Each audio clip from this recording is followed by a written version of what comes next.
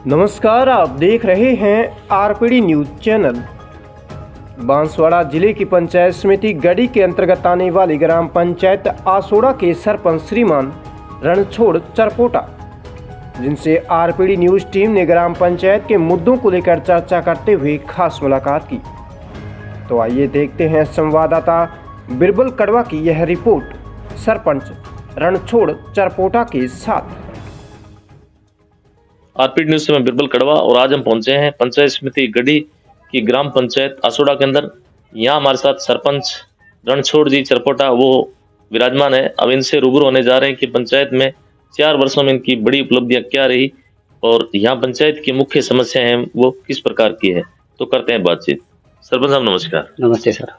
तो सरपंच साहब पहले भी किसी पद पे रहे हो या पहली बार गांव की जनता ने मौका दिया और सरपंच बने? नहीं, पहली बार मेरा भाई डायरेक्टर था 2 पंचायतों में। इसके बाद मेरे चाची सरपंच बने। इसके बाद मैं सरपंच होगी। तो पहले से ही राजनीतिक में जुड़ा हुआ हूँ। परिवार में राजनीतिक है। माँ भी पहले वार्ड पंच 2 बार रह चुके हैं। वैसे तो मैं पहले से ही मतलब 12-13 साल से राजनीतिक से जुड़ा हुआ हूँ। तो कुल मिला के गांव की जनता ने आप पे भरोसा किया क्योंकि पूर्व में आज समाज सेवा करते आ रहे हैं। जी सर, समाज सेवा करता रहता हूँ। जी सर। तो सरपंच साहब अब की बार 4 वर्ष में क्या उपलब्धि आ रही है अगर बात करें अगर आसोड़ा की? तो देखो 4 वर्षों के अंदर मैंने जो पुलिये थे लोगों को जाने आने के, जो कच्ची छोटी छोटी जो बस्तियां हैं वो लगभग मैंने सारे पुलियों का निर्माण करवाया। और कई जगह पे रोड थे लेकिन वहाँ नाले के हिसाब से रोड कट जा रहे थे, तो मैंने रिंग वाल बनवाई। कई सारी रिंग वाले बनाई लोगों का आने जाने के लिए, वो सुविधा हो गई। रास्ता कटना बंद हो गया। और हमारे ये पिपली चौक है, वहाँ भी नाले थे 2-3। उस नालों को मैंने रिंग द्वार बनवा के उसमें भराई करवाई। और जमीन निकाली मैंने, जो गांव को वो जमीन मिल गई। जो फालतू जमीन थी अतिक्रमण हुआ था वो सारा हटा। तो जनता फिर नाराज नहीं हुई? नहीं, जनता नहीं, वो जमीन थी वो किसी के अंडर में नहीं थी। अच्छा। फालतू पड़ी थी। अच्छा। तो मैंने उसको रिंग बनवा के उसमें भराव करवाया। ये जो तालाब के किनारे का जो काम है, ये इंटरलॉकिंग कार्य जो हो रखा है चौक पे, ये आपके टाइम हुआ? मेरे टाइम में हो। दोनों तरफ इधर ही 2 रिंग बनवाई और तालाब की तरफ। जी, ये तो बहुत ही सुंदर कार्य है। सुंदर कार्य।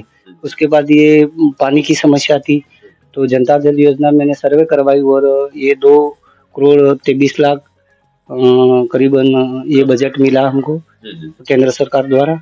ये पानी की जो बड़ी समस्या थी हमारे, वो पानी की समस्या में थोड़ा सुधार आया है, लेकिन थोड़ा कहीं 2-3 बस्तियां मेरी रह गई है। मैंने आगे बात भी की है और लेटर पैड पे लिख के भेजा। जो रह गए करीबन 200 कनेक्शन और जुड़ने बाकी रह गए। ये एक समस्या है कुल? ये समस्या है। तो लोगों उच्च अधिकारियों को लिखित में आपने पंचायत के माध्यम से जी सर करवा दिया? हाँ, लिखित में सारे जितने भी कनेक्शन बाकी उनके सारे नामजद 200 कनेक्शन मैंने भेजे हैं। इसके अलावा सरपंच साहब किस प्रकार से काम हुआ है, क्योंकि आप तो रेगुलर 10-15 सालों से कहीं की समाज सेवा में अटैच है, तो यहाँ अगर आसोड़ा की बात करें तो मुख्य समस्या किस प्रकार की है? मुख्य समस्या सर ये है कि हमारे यहाँ 5 पंचायतें हैं आजू बाजू में। जैसे मेटवाला है, राटड़िया पंचायत है, उम्बाड़ा पंचायत है, आसोड़ा पंचायत है, इधर सामागढ़ आ गई। ये इनके बीच में एक पीएससी की कमी है। तो इन लोगों को क्या है कि दवाई के लिए थोड़ी बाहर दूर जाना पड़े, तो अगर यहाँ पीएससी बन जाती है तो ये 500 पंचायतें को लोग उसमें लाभ ले सकते हैं। तो अभी जैसे कोई अगर ऐसे बीमार हो जाए या डिलीवरी वगैरह की स्थिति हो तो फिर लोगों को कहाँ जाना पड़ता है? तो गनौड़ा जाना पड़े सर। गनौड़ा जाना पड़े, इधर प्रतापपुर जाना पड़े। गनौड़ा ये होगा 15 किलोमीटर। कुल मिला के परेशानी का रास्ते भी सही नहीं? रास्ते सही नहीं है। एक तो रोड सही नहीं है, आने जाने में व्यवस्था सही नहीं है। और दूसरी बात ये अंतर पंचायतें, तो इसमें आने जाने के लिए वाहन की सुविधा नहीं मिल रही। ये तो प्राइवेट वाहन करो तो 1000-1500 रुपया वो ले लेगा, तो वो लोगों को वो सुविधा मिल जाती। तो बसें वगैरह लोग जैसे शहर वगैरह जाते हैं मार्केटिंग वगैरह कोई खरीदारी वगैरह करने, घर के सामान वगैरह लेने के लिए जाते हैं, तो किस प्रकार से जाते हैं? सर बस वगैरह की सुविधा बस नहीं बस की सुविधा नहीं है यहाँ। खुद का वाहन या कोई प्राइवेट वाहन करके जो बाजार में जाते हैं लोग शहर में। तो सरकार को या कोई अधिकारी वगैरह जैसे उनको कभी अवगत नहीं करवाया कि वजह क्या रही? ये अपने रोडवेज विभाग के जो अधिकारी बैठे उनको लिखित में मैंने भेजा भी है। दो रोडवेज उदयपुर के लिए मैं एक आने जाने वाली 2 बसों की व्यवस्था अगर हो जाती तो हमारे यहाँ के लोगों को ये सुविधा मिल जाती जाने आने में। ये तकलीफ है। इसके अलावा सरपंच साहब, अब की बार बहुत से सरपंचों का यह कहना है कि अब की बार हमने जो 4 वर्ष में जो महानरेगा योजना है तो कहीं न कहीं काफी बैक रहे।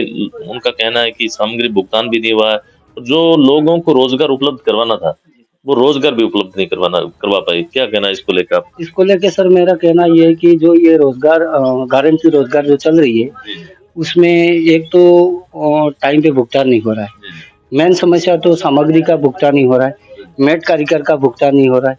तो मेट कारीगर बेचारे वो डेली मजदूरी करते हैं, उनको तो डेली जरूरत है, लेकिन 15 दिन 20 दिन या महीने भर में भी उनका पेमेंट हो जाता है। तो उन लोगों को मतलब ये गुजरात जाना ने बाहर जाके जा रहे हैं जो पलायन कर रहे हैं यहाँ से, वो नहीं कर रही हैं।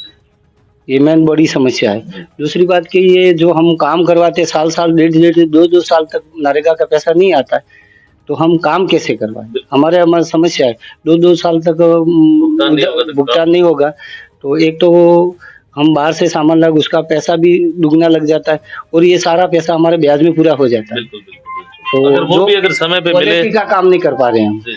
जो क्वालिटी चाहिए वो काम नहीं कर पा रहे हैं। इसके अलावा सरपंच साहब क्या कहना चाहेंगे? सरकार की ऐसी कौन सी योजना जो आपको अच्छी लगी? पूर्ववर्ती सरकार की कहें या वर्तमान में तो भाजपा की सरकार आ चुकी है, लेकिन फिर भी क्योंकि आप तो जनता से हमेशा टच में रहे हो, तो आपके हिसाब से जो सबसे फायदेमंद जो योजना है वो सरकार की कौन सी लगी? सबसे फायदेमंद योजना तो ये रही कि ये आयुष्मान भारत, उसमें लोगों जो गरीब लोग हैं उनको दवाई के लिए जो तत्काल सुविधाएं मिल जाती, उनको पैसा नहीं लग रहा है।